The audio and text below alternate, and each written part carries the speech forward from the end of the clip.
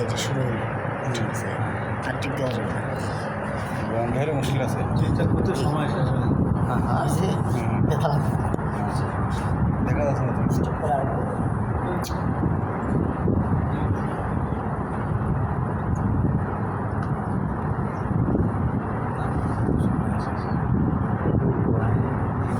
এটা তো দেখা যাচ্ছে না, হুজুর করে থাকবো। আমি শুধু আগে বুঝলে আপনি দেখবেন। এখানে মোবাইল চালাবার না।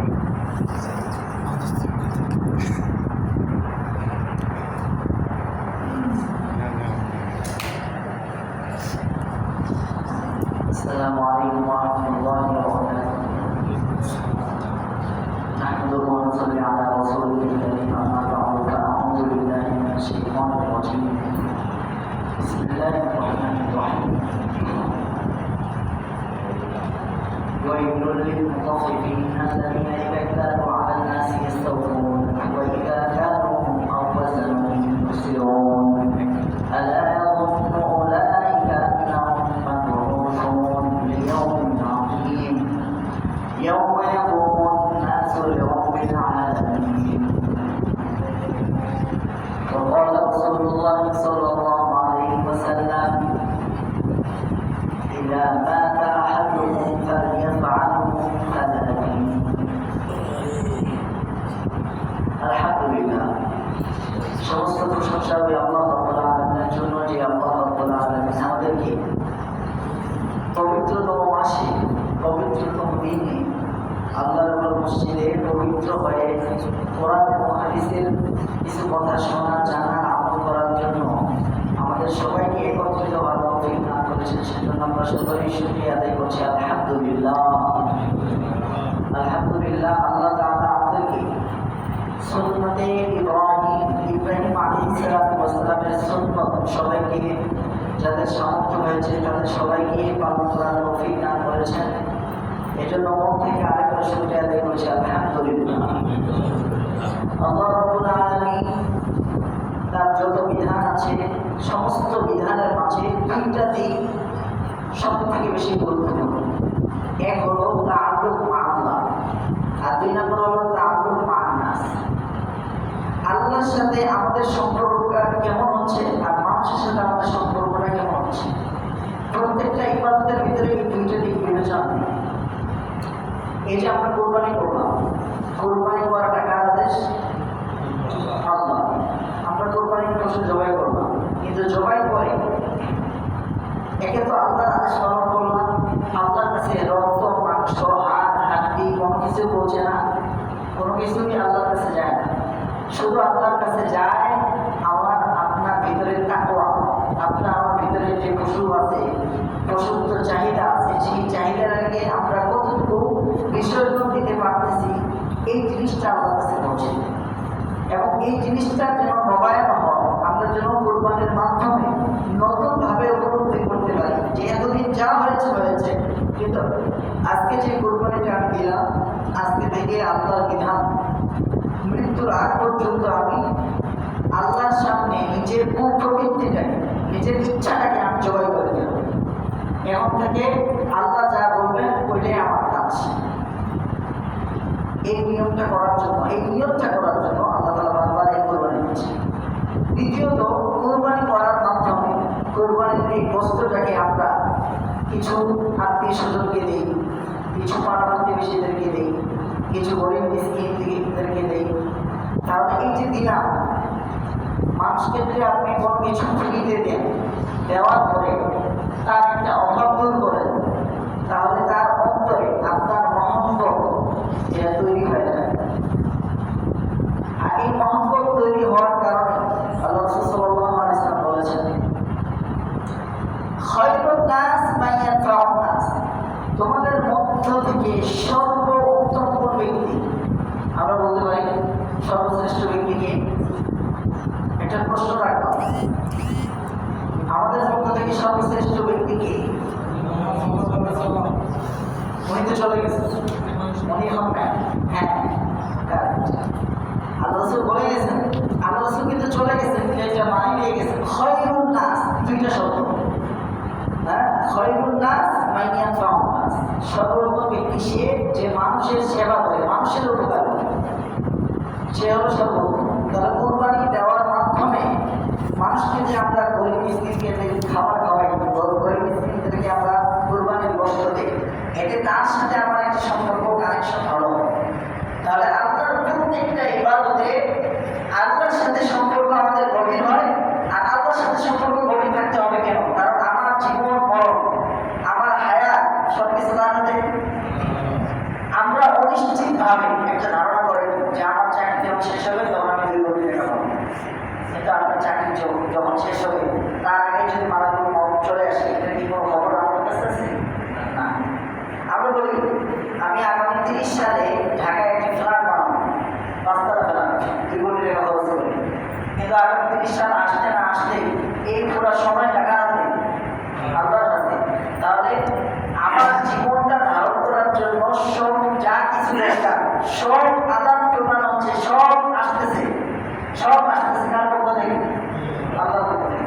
সেজন্য আল্লাহ যে বারবার মৌসুমে ইবাদত দেন, একটা ইবাদতের মৌসুম দেন আল্লাহর সাথে আমাদের সম্পর্ক গাঢ় হওয়ার জন্য। আর দ্বিতীয়ত মানুষের সাথে আমার সম্পর্ক গাঢ় হওয়ার জন্য। এই কোরবানির প্রস্তাব আমরা দিলাম, যাদেরকে দেখি তাদের অন্তরে একটু ভালোবাসা জন্মে, তারা আমাদের জন্য দোয়া করে, আমাদের বিপদ আপদ দূর হবে। তাহলে এই কোরবানি দিলাম, এর মাধ্যমে আল্লাহর সাথে আমাদের সম্পর্ক গাঢ় হলো, দ্বিতীয়ত মানুষের সাথে সম্পর্ক আমাদের গাঢ় হলো। কিন্তু এই সম্পর্কের ভিতরেও শয়তান আসে দরকার। যেমন কোরবানি আমরা করি 7 জন মিলে, যে আমরা করি, গরুটা কিন্তু 7 জনের বাসায় থাকে না, একজনের বাসায় থাকে। এবং একজনের বাসায় থাকা 5 দিন থাকবো, 7 দিন থাকবো, ওই 5 দিন 7 দিনের টাকা আমরা দিয়ে দিই, টাকা দিলাম। টাকা দেওয়ার পরেও দেখা যায় যার বাড়িতে গরুটা থাকে সব কিছু ভাগ করার পরেও সে 4টা পায় একটু বেশি নেই, কোনো একটা অংশ বেশি নেই, বেশি নেওয়া যায় না। কেন? এটার সিদ্ধান্ত দিলে হলো কোরবানির পশুর কোন অংশের মাধ্যমে ব্যবসা বিজনেস করা যাবে না, এগুলো করা যাবে না। যেটা আপনি আপনার জন্য দিলেন ওই জায়গায় যদি আপনি ব্যবসা চিন্তা করেন তাহলে কোরবানি হবে না। এই জিনিসটা খুব সেন্সিটিভ, কিন্তু এটা অহরহ এটা তৈরি হবে, চোখের সামনে আমরা দেখি, কিছু বলতে পারি। সেই জন্য একা কোরবানি দেওয়া সম্ভব। আপনি একা কোরবানি দেবেন, খাসি দিয়ে দেবেন, আর গরু দিয়ে যদি দিতে মন চায় 11 মাস আগে কিনে রাখেন, বা 11 মাস ধরে পালন করতে থাকেন, এরপরে একা খাবেন। কারণ শরীরী অংশের ভিতরে সম্ভাবনা খুবই কম, খুবই কম। আলহামদুলিল্লাহ। তো এই বিশাল বড় ইবাদত, আমি বলছিলাম যে প্রত্যেকটি ইবাদতের ভিতরে 2টা দিক থাকে। একটা মানুষের সাথে আমাদের সম্পর্ক কেমন, আবার মানুষের সাথে সম্পর্ক কেমন হতে হবে এই জিনিসটা আল্লাহ রাসূল সাল্লাল্লাহু আলাইহি ওয়াসাল্লাম বলে দিয়েছেন। খায়রুন নাস মান লা ইয়াকবারু বাওয়ারিক, সর্বোত্তম ওই ব্যক্তি, এটা আরেক অ্যাঙ্গেল থেকে। এর কিভাবে এক ব্যক্তি সর্বোত্তম হইতে পারে কয়েক দিক থেকে। যেমন আমি একজন ব্যক্তি, মসজিদে আসলে ইমাম, শিক্ষাঙ্গনে গেলে শিক্ষক, আবার পিতামাতার কাছে গেলে ছেলে, বিভিন্ন সম্পর্ক থাকতে পারে। আল্লাহ রাসূল সাল্লাল্লাহু আলাইহি ওয়াসাল্লাম বলেছেন ওই ব্যক্তি সর্বোত্তম যে প্রতিবেশীদের থেকে কোনো কষ্ট পাওয়ার আশঙ্কা না করে, সেও সর্বোত্তম। কোরবানির গোশত আমরা দিই, কিন্তু কোরবানির ময়লা কিছু আবর্জনা থাকে শরীরের মধ্যে, এগুলো নিয়ে এমন একটা জায়গায় রাখি, রক্ত হতে হতে 2-3 দিন পর পাশের মানুষ কষ্ট পায়, বলে এই যে কোরবানি করে ময়লা এখানে রেখে গেছে, করলাম ইবাদত কিন্তু আরেকজনের কষ্টের কারণ হয়ে গেল, এটা কিন্তু ঠিক না। ইসলামের বিধানটা পরিবেশ বান্ধব, সমাজ বান্ধব, সব দিক থেকে খেয়াল রাখা হয়েছে এই ইসলামের বিধানের ভিতরে।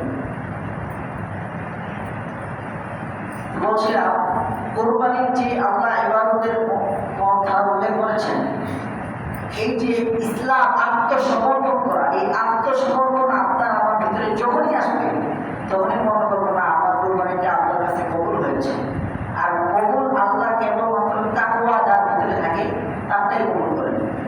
আল্লাহ নিজেই বলেছেন যখন কাবিল হাবিলকে মারল, 2 জনের কোরবানি পেশ করছে, কাবিল আর হাবিল 2 জনের কোরবানি পেশ করছে। দুইটা মাঠের মধ্যে রেখে আসছে, আর আল্লাহর পক্ষ থেকে হাবিলেরটা কবুল হয়ে গেছে, কাবিলেরটা কবুল হয়নি। কবুল হওয়ার আলামত ছিল চাক্ষুষভাবে যে ওইটা আকাশ থেকে বজ্রপাতের মতো একটা আকাশে জ্বালিয়ে পড়ে সাক্ষাৎ করে। তো কাবিলেরটা কোনো কিছু হয়নি, ওইভাবে পড়ে আছে, আর হাবিলেরটা জয় করে সাক্ষাৎ হয়ে গেছে। তার মানে কবুল হয়ে গেছে, এখন তার সাথে তার মনে বিবাহ হবে, কিন্তু এটা তার সহ্য হয় না। কাবিল বলতেছে অবশ্যই অবশ্যই আমি তোমাকে হত্যা করবো। তখন হাবিব বলল, ভাই তুমি আমাকে কোনো অপরাধে হত্যা করবো না, আল্লাহ তো বলে দিয়েছেন নিশ্চয়ই আল্লাহ কুরবানি কবুল করেন তাকওয়াবান লোকদের, যাদের অন্তরে তাকওয়া রয়েছে তাদেরটাই কবুল করবেন। আপনার আমার এই যে কথা, কোরআন হাদিসের প্রত্যেকটা কথা, এগুলো হলো চুম্বকের মতো। আর আপনার আমার এগুলো লোহার। আপনি একটা লোহার সামনে চুম্বক নিয়ে আসেন, অটোমেটিক হয়তো চুম্বকটা টানবে লোহার দিকে, না লোহার টানবে চুম্বক। তো আপনার আমার হৃদয়টা যদি পরিষ্কার থাকে, আর যখন অপরিষ্কার থাকে, আল্লাহ সাল্লাল্লাহু আলাইহি ওয়াসাল্লামকে জিজ্ঞাসা করা হলো, ইয়া রাসূলুল্লাহ ওমা জিলাউহা, আল্লাহ রাসূল বলেছেন যে লোহাতে যেমন জং ধরে যায়, এটা আসাবাহুমা, যখন লোহাতে জং ধরে যায়, জং ধরার পর ওই লোহাটার কার্যক্ষমতা একেবারে নষ্ট হয়ে যায়। তখন যদি আপনি চৌকুট নিয়ে যান, লোহার উপরে আবরণ হয়ে গেছে, যে আবরণের কারণে চৌকুট আর লোহার মধ্যে কোনো কানেকশন নাই। কেন নাই? কারণ লোহার মধ্যে আবরণ হয়ে গেছে, জং ধরে গেছে। এই জংটা যখন দূর হবে, তখন কোরআন আর লোহার মধ্যে আকর্ষণ থাকবে, এটা আমরা নিজেরাও টের পাই। তো কোরআনের কথা হলো চৌকুটের মধ্যে, আর আপনার আমার দিল সবগুলো হলো লোহা, আর এই লোহাতে জং পড়ে গেছে। চিকিৎসা কি, সমাধান কি? সমাধান আল্লাহ রাসূল সাল্লাল্লাহু আলাইহি ওয়াসাল্লাম দিয়ে দিয়েছেন, তেলাওয়াতুল কোরআন, কোরআন তেলাওয়াত বেশি বেশি করে করে। যে কোরআন তেলাওয়াত বেশি করে করে বুঝে শুনে, তেলাওয়াত কাকে বলে? তেলাওয়াতের এক নম্বর হলো শুদ্ধ করে পড়তে হবে। আমরা কতজন আশা কোরআনে কারিম শুদ্ধ করে পড়তে পারি? পারি না। যদি 100 জন হয়, তার মধ্যে 10 জন পারেন, 90 জন পারেন না। কোরআন যদি শুদ্ধ না হয়, তাহলে আপনি কবরে আটকে পড়ে যাবেন। আখিরাতে চারটা ধাপ, একটা হলো মরণ, কবরের জগৎ, হাসরের জগৎ, মিজানের জগৎ, ফুলসিরাতের জগৎ, এরপরে আপনার জান্নাত নামে জাহান্নাম। এই যে ধাপগুলো আপনাকে পাড়ি দিতে হবে, প্রথম ধাপে আটকা পড়ে যাবে যদি কোরআন তেলাওয়াত শুদ্ধ না হয়। সুযোগ না থাকা এটা আলাদা জিনিস, কিন্তু সুযোগ আছে, অবহেলার কারণে করতেছেন না, আটকা পড়ে যাবে। 2 নম্বর হলো বুঝে পড়া, কোরআনটা বুঝে পড়া। আমরা কয়জন কোরআনটা বুঝতে পারি, কোরআন বুঝে অর্থ করি, বা বাংলা অনুবাদ আছে, কয়জন পড়ি উপলব্ধি নেই। এই জন্য আল্লাহ রাসূল বলেছেন, সর্বোত্তম হৃদয়ের জং পরিষ্কার হওয়ার জন্য যে কোরআন তেলাওয়াত স্পষ্ট করে পড়তে হবে, বুঝে শুনে পড়তে হবে। 3 নাম্বার, এই কোরআনে কারিম যা বুঝলাম এটা অন্তরে ধারণ করতে হবে। 4 নাম্বার, আপনার কাছে পৌঁছে দিতে হবে। যার ভিতরে এই 4টা জিনিস থাকবে, আল্লাহ নিজেই বলেছেন, আল্লাযীনা আতাইনাহুমুল কিতাবা ইয়াতলুনাহু হাক্কা তিলাওয়াতিহি, যাদেরকে আমি কিতাব দিলাম। আল্লাহ বলেন, যাদেরকে আমি কিতাব দিলাম। আমরা সবাই বলি আমাদের ধর্মীয় গ্রন্থ কোরআন, তার কোরআন আল্লাহ আপনাদেরকে দিয়েছেন। আর আল্লাহ বলতেছেন, আমি যাদেরকে কিতাব দিলাম, এরা কি করে? ইয়াতলুনাহু হাক্কা তিলাওয়াতিহি, তারা এই কিতাবকে যথাযথভাবে তেলাওয়াত করে, অধ্যয়ন করে। উলাইকা ইউমিনুনা বিহি, আল্লাহ বলেন, যারা যথাযথভাবে অধ্যয়ন করে, অর্থ হলো সুস্পষ্টভাবে শুদ্ধ আকারে তেলাওয়াত করে, অর্থ বুঝে, তার নিজের ভিতরে বাস্তবায়ন করে এবং অন্যের কাছে পৌঁছে দেয়। এই 4টা জিনিস যার ভিতরে থাকবে, যে আমল করবে, আল্লাহ বলেন, তারাই প্রকৃতপক্ষে কোরআনের প্রতি ঈমান রাখে। এরপর আল্লাহ বলছেন, ওয়ামান ইয়াকফুর বিহি, এই 4টার যে কোনো একটা কেউ যদি ছাড়ে, অস্বীকার করে, প্রত্যাখ্যান করে, ইগনোর করে, আল্লাহ বলেন, ফাউলাই উলাইকা হুমুল খাসিরুন, তারাই চিরস্থায়ীভাবে ক্ষতিগ্রস্ত ব্যক্তি, তারাই চিরস্থায়ীভাবে ক্ষতিগ্রস্ত। তাহলে আপনার আমার অবস্থা কেমন হবে? কিন্তু আমরা মনে করি আমাদের দেশে এটা হয় না, তখন আমাদের যুগে কোরআন তেলাওয়াত শুদ্ধ করার ব্যবস্থা ছিল না, বা আমাদের এই টাইমে কোরআন শুদ্ধ করার কোনো সুযোগে আমরা পাইনি, এগুলো কথা, এই সমস্ত ওজন কখনো গ্রহণযোগ্য হবে না। কেন? আল্লাহ নিজেই বলছে বালিল ইনসানু আলা নাফসিহি বাসীরা, পৃথিবীর মানুষ নিজের ব্যাপারে অতি যত্নবান, অন্তর্দৃষ্টি সম্পন্ন, খুবই জ্ঞান নিজেদের ব্যাপারে। ওয়ালাউ আলকা মাআযিরা, যদিও তারা হাজার হাজার অজুহাত পেশ করে, তারপরেও নিজেদের ব্যাপারে তারা চাক্ষুষ প্রমাণ যে আমি স্বেচ্ছায় এটা গ্রহণ করি না, স্বেচ্ছায় এটা গ্রহণ করি না, নিজেদের ব্যাপারে চাক্ষুষ। এই জন্য ইবাদতের ভিতরে এই দিকটা আমাদেরকে বিবেচনা করতে হবে যে ইবাদতের ভিতরে আল্লাহর সাথে সম্পর্ক আমার কেমন বাড়তেছে আর মানুষের সাথে সম্পর্ক আমার কেমন বাড়তেছে। এটা আমরা নামাজ পড়ি, সলাৎ করি, সলাৎ একা একা পড়লেও হয়, কিন্তু জামাতের সহিত পড়াটাকে রাসূলুল্লাহ সাল্লাল্লাহু আলাইহি ওয়াসাল্লাম এত গুরুত্ব কেন দিয়েছেন?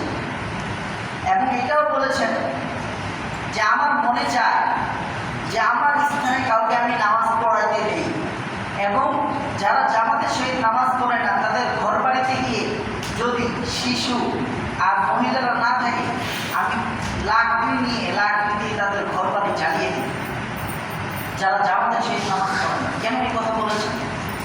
কারণ জামাতের সহিত নামাজ পড়ার ভিতরে বড় একটা হিকমত আছে, উদ্দেশ্য আছে। সেই উদ্দেশ্যটা হলো নামাজ পড়তে আসে কোনো ধনী গরিবের ভেদাভেদ নেই, সবাই এক কাতারে দাঁড়াতে হবে। সুন্দর ফর্সা আর বিশ্রী কুৎসিত এদের ভিতরে পার্থক্য নেই, এক কাতারে দাঁড়াইতে হবে। লম্বা খাটো এদের ভিতরে কোনো ভেদাভেদ নেই, এক কাতারে দাঁড়াইতে হবে। সুন্দর পোশাক পুরাতন পোশাক ভেদাভেদ নেই, এক কাতারে দাঁড়াইতে হবে। আপনি বড় মানের চাকরি করেন, আপনি মাসে বেতন 2 লাখ 2.5 লাখ 5 লাখ টাকা, আরেকজন মাত্র 10,000 20,000 টাকা চাকরি করে, ভেদাভেদ নেই, এক কাতারে দাঁড়াইতে হবে। আপনার বড় বংশ থেকে আপনি জন্মগ্রহণ করেছেন, আরেকজন নিম্ন বংশে, কোনো ভেদাভেদ নেই, এক কাতারে দাঁড়াইতে হবে। আর এক কাতারে দাঁড়ানোর পর যখন এক সদরে আসতে থাকে তখন মানুষের সাথে দেখা সাক্ষাৎ হয়।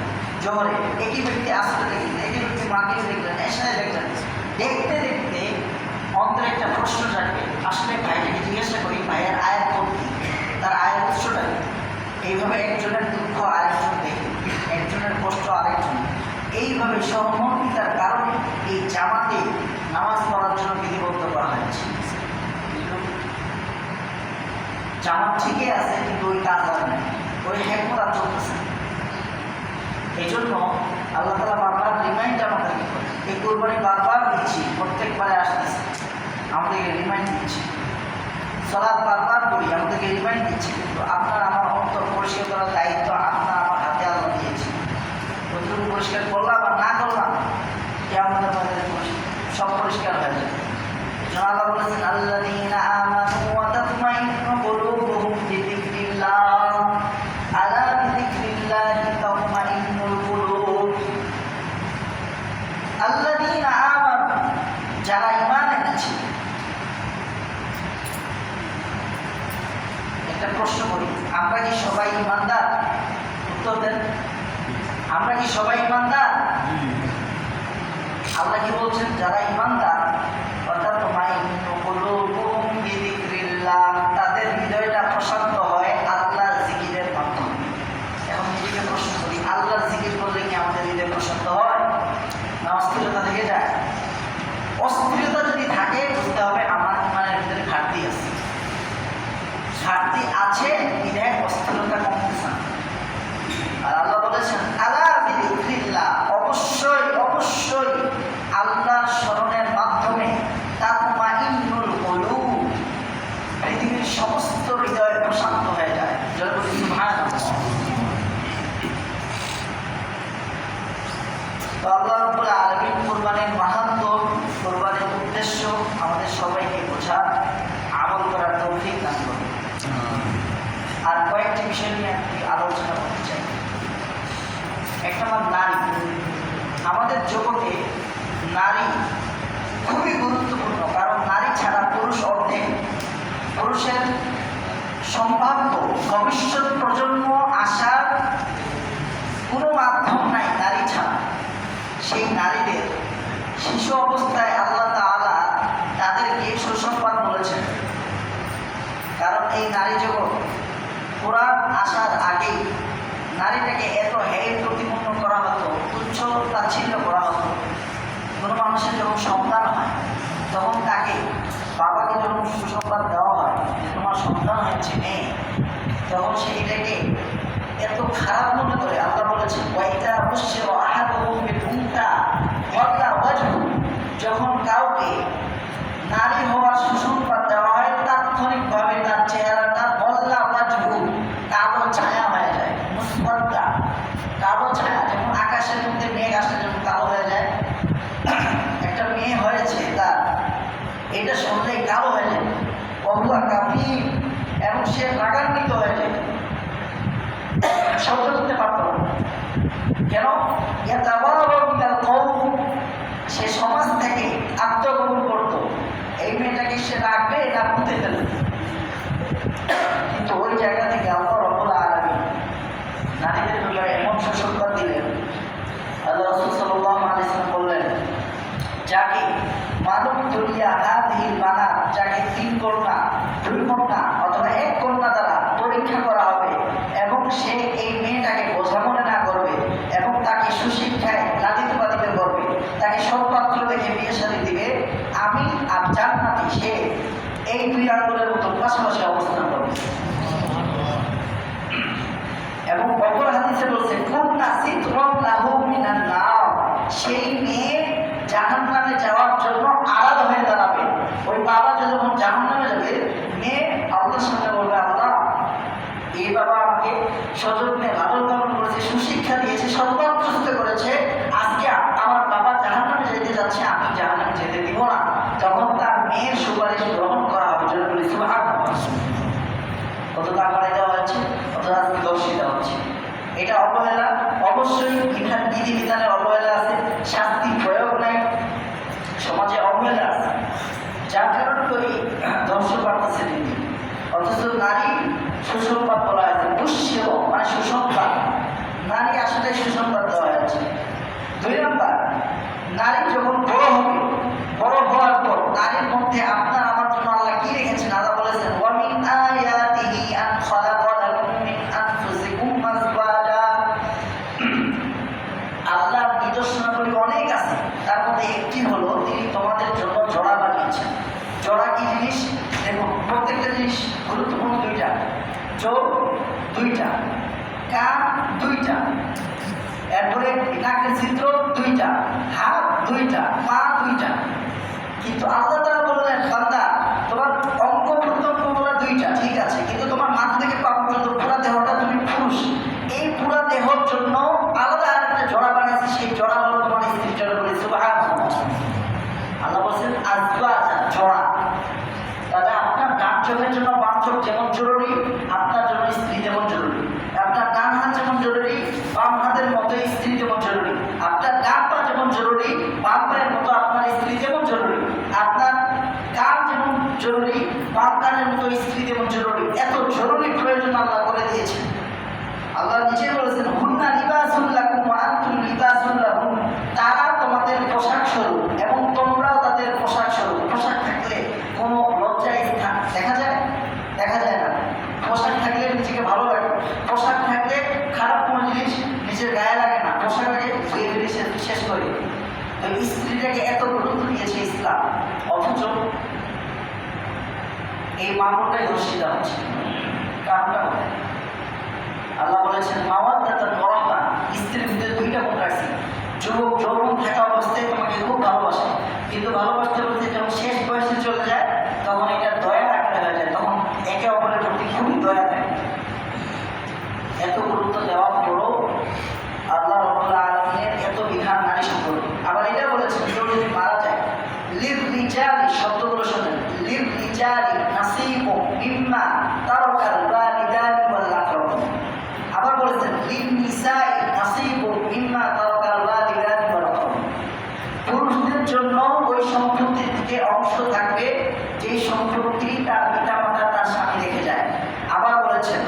নারীর জন্য ওই সম্পত্তিতে নির্ধারিত অংশ ভাগ থাকবে, যে অংশ তার পিতামাতা তার স্বামী রেখে যায়। লিরিজালি লিনিসাই নাসিবুন নাসিবুন মিম্মা মিম্মা তরকার বারিদান ওয়ালা করবুন ওয়ালা, সব এক। আল্লাহর কাছে নারী আর পুরুষের কোনো পার্থক্য নাই। এবং আল্লাহ বলেছেন, মানে আমিলা সালিহান মিন যাকারিন আও উনসা ওয়া হুয়া মুমিন ফালানুহইয়ান্নাহু হায়াতান তাইয়্যিবা। তোমাদের মধ্যে নারী হোক পুরুষ হোক, যারাই সৎ কাজ করবে আমি তাদেরকে দুনিয়াতে সর্বোত্তম জীবন দান করবো এবং আখিরাতে জান্নাত দান করবো। সুবহানাল্লাহ। আবার আরেক আয়াতে বলেছেন, আন্নী লা উদিউ আমালা আমিলিন মিনকুম মিন যাকারিন ওয়া উনসা। তোমাদের মধ্যে নারী হোক পুরুষ হোক, যে ভালো কাজ করবে তার ভালো কাজ কখনোই আমি নষ্ট করবো না। আল্লাহ তাআলা ওয়াদা দিয়েছেন। তারা আপনার কাছে সমান, কিন্তু আপনার আমার কাছে কি সমান আছে? সমান। যেন আল্লাহ রাব্বুল আলামিন আমাদেরকে গভীরভাবে বোঝা, কোরআন স্টাডি করা, লেখাপড়া করার তৌফিক দান করুন। আমরা এই কোরআনটা বুঝতে আমাদের সময় লাগছে 12 বছর, কোরআনটা হিফজ করতে সময় লাগছে 2 বছর, কোরআনটা নাজরা দেখে দেখে পড়তে লাগছে 1 বছর। তাহলে 1 বছর দেখে দেখে বললাম, 2 বছর মুখস্থ করলাম, আর 12 বছর কোরআনটা বুঝলাম। বুঝে আমাদের কাজ হলো 5 ওয়াক্ত নামাজের জন্য। এটা কোনো কাজ হলো? এই জন্য আমি আপনাদেরকে বলি, বিশাল বড় একটা সমাজ আছে, আপনারা নিজেরাই আমার আখিরাতের জন্য, আমার কবরের জগতের জন্য, হাসরের জন্য, পুলসিরাতের জন্য, আমার জান্নাত জাহান্নাম ঠিক করার জন্য আমাকে কোরআন শিখতে হবে। আপনারা নিজেরাই একটা সিদ্ধান্ত নিন। চাকরিজীবী হোক, চাকরিজীবী ছাড়া হোক, স্টুডেন্ট হোক, আর লেখাপড়ার বাইরে হোক, শ্রমিক হোক, যেটাই হোক না কেন, আপনারা সিদ্ধান্ত নেন আপনাদের সেবা দেওয়ার জন্য, শিক্ষা দেওয়ার জন্য আমি রাহিমাহ প্রস্তুত আছি। ইনশাআল্লাহ আল্লাহ তাআলা আপনাদের সবাইকে কোরআন নিয়ে ভালোভাবে স্টাডি করার আর বেশি করে পড়াশোনা করার তৌফিক দান করুন। আমিন। ওয়া আখিরু দাওয়ানা আলহামদুলিল্লাহি রাব্বিল আলামিন। যারা যারা কাছে নামাজ পড়েন আমরা পড়ি।